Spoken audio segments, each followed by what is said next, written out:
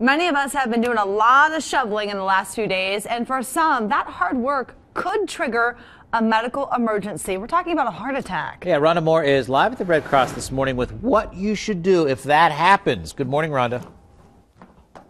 Good morning. Well, the first thing you should do, of course, is call 911. But after that, Nick Gill here with the Red Cross is going to tell us what to do. Okay, so what else should you do? So our victim's unconscious. What we're going to want to do is check for breathing by putting one hand on the forehead and a couple fingers underneath the chin. We're going to tilt the head back, and let's see if you can get close to your victim there and listen for some breath. Okay. Let's say your victim's not breathing, in which case we're going to want to go ahead and put both hands there in the center of the chest, right in between the chest, on the breastbone. Yep, and we're going to lift those fingers up, and we're going to try and do 30 compressions, going down at least 2 inches. Let's see if you can do it at about a rate of 100 beats per minute. Okay. 1 and 2 and 3 and 4 and 5. Great. After 30 compressions, you're going to lean over and you're going to give 2 rescue breaths to your victim by tilting the head back. Okay. And providing those breaths. All right, and so we're seeing some of the people here doing this now. So now this class would be something for someone that maybe wants to be certified, right? Yeah, so we have classes all the time where we're reaching out to people, trying to get them to obtain this certification. And we have a goal that one person every household be trained in these life-saving skills. All right, but you guys are also going to offer a free class, right? Absolutely. We realize that not everyone will probably take a full class for certification, but we'd love to be able to reach out to absolutely everyone.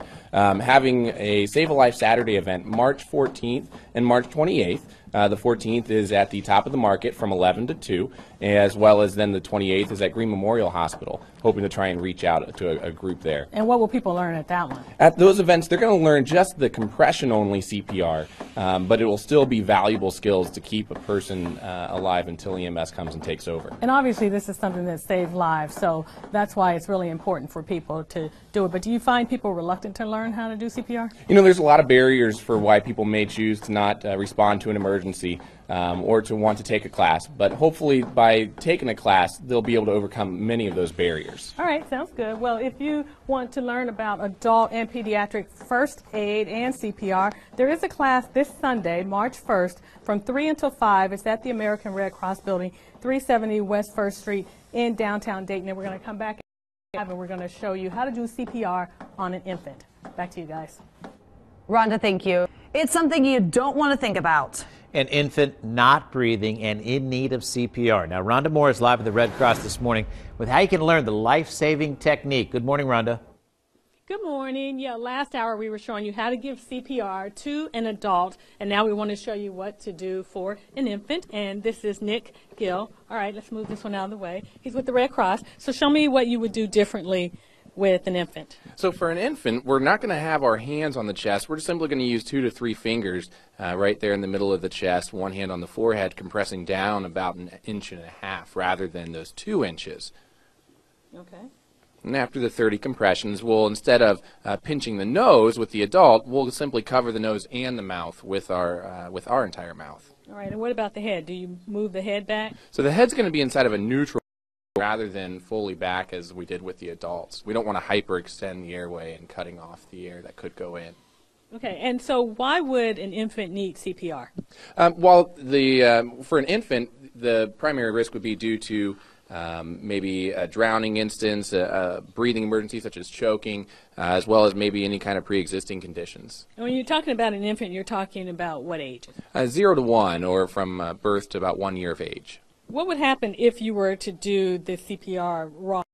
You were doing it on an adult. So if we were to do with the hands in the center of the chest, like for an adult, we'd be really more worried about damaging kind of internal body structures and components in there. So that's why it is important to take the training and have the feedback from an instructor on how to find the correct placement with your fingers there in the center of the chest. All right, sounds good. Well, if you want to learn adult and pediatric first aid and CPR, there is a class this Sunday, March 1st, from 3 until 5 at the American Red Cross Building, which is located at 370 West 1st Street in downtown Dayton. And we're going to be back at 8:50, and we're going to talk about first aid. Back to you guys.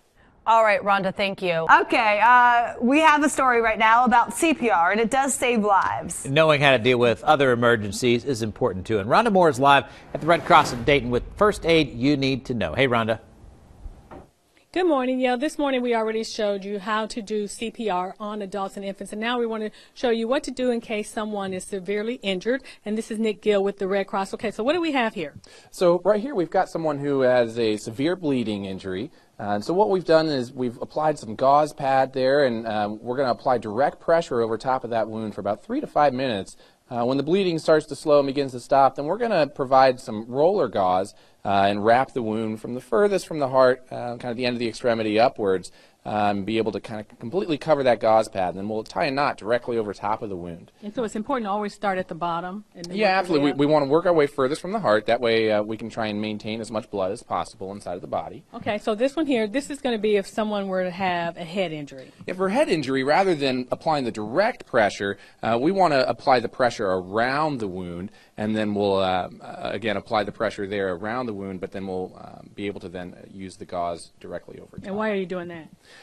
Because of the head injury, we don't want to apply direct pressure where the skull could be cracked and provide further injury to the brain. Okay, so these are some of the things that you guys are going to teach in your class. What else would you teach? Yeah, inside of our class as well, we would also be teaching about using slings and splinting, being able to do things like helping an individual with hypothermia, being able to help for overheating and heat exhaustion. So a lot of different kinds of injuries and emergencies. And you say it's always important that people have first aid kits with them, because let's say if you're just walking in the woods or something like that and you get injured or someone gets injured. Yep, the best thing to do is to be prepared by proactively having a first aid kit. But we do know that, in not all cases will everyone have found themselves in a situation where they could.